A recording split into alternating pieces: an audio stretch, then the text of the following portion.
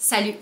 Aujourd'hui, je viens seulement avec ces quelques mots. Et ça fait très longtemps que tu as ce projet en tête et tu as peur de l'échec. Tu as peur de commencer et de ne pas arriver là où tu souhaites arriver. Sache que de toute façon, tu n'arriveras pas là où tu souhaites arriver. Parce qu'en fait, tu as deux possibilités. Soit avec tous les efforts possibles, tu échoues clairement. Soit avec tous les efforts possibles, tu fasses mieux que ce que tu penses actuellement. Donc, à mon avis, ce projet vaut quand même et mérite que tu puisses le sortir du tiroir. Sache que la plupart des gens, en fait, ont peur de l'échec, ont peur de commencer toujours de nouvelles choses. On a tous peur. Moi, la première, j'ai peur de commencer des choses. Mais je dis grâce à Dieu parce que à chaque fois que j'ai voulu commencer une chose, je l'ai faite. Après, je te cache pas que surtout quand tu as des responsabilités, c'est très compliqué. Parce que tu te dis, mais en fait, si je fais ça, je vais prendre le risque pour ça. Et c'est là que tu commences trop à réfléchir, tu commences trop à mouliner. Et en attendant, ton projet, il est rangé dans le tiroir. Petit à petit, tu l'oublies, ça se dissipe. Je vais te citer 5 choses à savoir lorsque tu as un projet, lorsque tu débutes un projet. Ces choses sont très importantes pour vraiment la suite de ton projet, pour la réalisation de ton projet.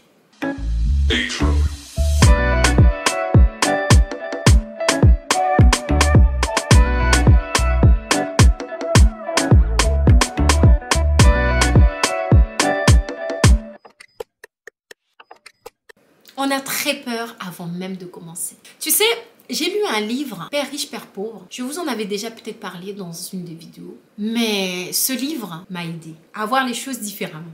C'est un classique. Et ce livre disait qu'en fait, la plupart des gens se laissent contrôler par la peur. Les personnes se laissent contrôler par leurs émotions, au lieu justement de contrôler leurs émotions. Donc, c'est-à-dire que tu laisses tes émotions prendre le dessus sur tes projets, sur tout ce qui se passe autour de toi. Et il disait aussi, en fait, les émotions te mènent à l'échec. Les émotions te mènent à l'échec. Et c'est le contrôle qui te permet de garder la tête en dehors de l'eau. Ça t'aide en fait à garder la tête froide et de passer à l'action. Parce que oui, c'est vrai que quand tu es émotif, en fait, tu n'as plus le contrôle de toi. Tu te laisses guider par les événements qui arrivent et tu trébuches facilement parce que tu n'es pas stable. Si tu as un petit peu de vent, ça te balaie. Donc, c'est pour ça que moi, j'ai adhéré en tout cas à cette partie-là. Parce qu'effectivement, lorsque tu gardes la tête froide, tu arrives à faire des choses, tu arrives à passer à l'action. Moi, je l'ai déjà expérimenté dans ma vie, ma petite vie, dans des choses toutes banales. Et c'est vrai que je me dis, dans certains moments de ma vie, si je n'avais pas gardé la tête froide, je me serais écroulée sous les émotions. Et je n'aurais pas réussi là où j'ai réussi. J'ai encore beaucoup de chemin à parcourir. Mais au moins, le schéma, je l'ai débuté, je l'ai commencé. Je sais que c'est très difficile, très compliqué, mais il faut que tu y ailles, il faut que tu sautes. Parce que tu ne sauras jamais en fait le résultat, qu'est-ce que c'est. Le temps que tu es en train de perdre, c'est le temps au moins pour tous les projets qui t'attendent, pour tous ceux qui t'attendent bien. Et c'est vrai que lorsqu'on écoute nos peurs, on ne saute pas. Lorsqu'on écoute nos peurs, on regarde le vide et on se dit mais on n'a pas de parachute, on n'a pas de cordon, on n'a rien. Et en plus, on n'est pas du tout John... je sais plus comment on l'appelle, l'aventurier. Et c'est compliqué. C'est compliqué parce que si tu sautes, tu sais que tu vas mourir. En tout cas, c'est ça que tu te dis. Donc, tu te limites déjà. Tu ne regardes pas la probabilité que peut-être que tu vas être rattrapé par un arbre. Ça va te faire rebondir. Tu vas tomber dans l'eau. Et en fait, pas trop profond parce que l'arbre t'a déjà un petit peu ralenti. Et tu vas pouvoir sortir la tête de... Tu n'envisages pas ça. Parce que tu vois pas ce qui se passe tout en bas là. La seule chose, c'est ton imagination. Tu imagines les rochers, tu imagines plein de choses. Mais tu n'imagines pas l'arbre. L'autre phrase qui m'avait marqué, c'est là où il y a le plus de regrets, c'est dans les cimetières. C'est-à-dire que la plupart des personnes qui sont dans les cimetières regrettent pourquoi ils n'ont pas fait ça. Pourquoi ils n'ont pas posé une action par rapport à ce que eux voulaient faire à ce moment-là dans leur vie. Donc, ça serait bien que sur ton cimetière, on ne trouve pas du papier russe avec des kilomètres et des kilomètres et des kilomètres de projets qui n'ont pas été concrétisés. Fonce, tu n'as rien à perdre. Au pire, c'est quoi? Qu'est-ce que tu as à perdre aujourd'hui? Est-ce que tu penses vraiment qu'il n'y a aucune possibilité de pouvoir rebondir? Il y a toujours une possibilité de rebondir. Je vais te citer 5 choses à savoir lorsque tu as un projet, lorsque tu débutes un projet. Ces choses sont très importantes pour vraiment la suite de ton projet, pour la réalisation de ton projet. La première chose, c'est il ne faut pas que tu comptes sur tes proches. Mes analogies sont toujours nulles, hein. Ça n'a pas changé depuis le début de mes vidéos. Mais je pense que certaines personnes ont peut-être compris, j'espère. Mais tout ça pour dire que certaines personnes attendent juste ton échec pour mieux te ramasser après ton échec, pour mieux te pointer du doigt et confirmer leurs craintes et leurs peurs.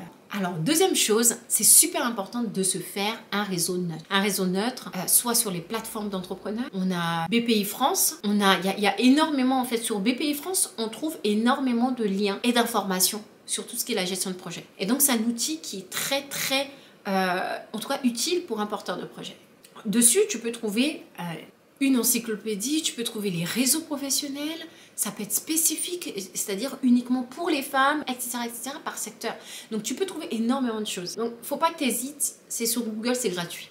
Troisième chose, restez toujours focus et soyez agréable. Agréable avec les clientes, avec les clients, super important. Parce que tu peux avoir un produit qui est vraiment... Mais si tu as un bon feed, en fait, ça peut passer, ça peut te laisser cette chance de pouvoir t'améliorer sur la durée. Moi, ça m'est arrivé, j'ai eu une expérience. Je vais vous montrer cette image-là. Un avant, un après. C'est-à-dire que j'ai été demander une coiffure. J'ai eu un avant et un après. Vraiment, entre ce que j'ai demandé et le résultat, ça n'avait rien à voir. Et c'est vrai que j'ai fait confiance. Et ça aurait pu passer si cette personne-là avait tout de suite été agréable. Et en fait, j'avais déjà eu plusieurs expériences avec cette personne. Et je ne sais pas pourquoi d'ailleurs je suis retournée. Pour une coiffure vraiment très très chère. Je ne vais pas vous dire le prix là parce que franchement, vous allez tomber. Vraiment, vous allez tomber. Je ne veux pas vraiment être à l'origine de vos crises cardiaques. Et franchement, la première fois, je me souviendrai toujours la première fois que j'ai poussé la porte de son magasin. J'ai eu en fait une personne très froide et ça m'a toujours marqué. Demandez-moi pourquoi j'y suis retournée 3 fois. Je ne sais pas. Peut-être parce que je n'avais pas le choix. J'espérais toujours. Quand on a un bon cœur. En fait, et puis on se fait avoir sur tout ça. Donc oui, il faut être agréable avec ses clientes parce que c'est vraiment ça en fait qui est la carte de visite. C'est super important. La carte de visite pour la suite. On est beaucoup à ne pas retourner dans un endroit seulement parce que la tête de la gérante n'a pas passé ou du gérant n'a pas passé. Après, c'est vrai que, à contrario, on a aussi beaucoup, dans la communauté africaine, on ne se soutient pas, hein, niveau projet. Hein. Ça, c'est sûr, ça, c'est clair, c'est indéniable. On ne se soutient pas, très rarement. Peut-être que les mentalités commencent un petit peu à changer, mais c'est très compliqué encore pour un Africain de préférer aller voir un Africain pour pouvoir consommer. Et c'est triste, hein, c'est très très triste, franchement, ce que je raconte, c'est très triste, mais pourtant c'est la réalité. Essayez de rester vraiment très aimable, très souriant, très agréable, très accueillant, c'est super important.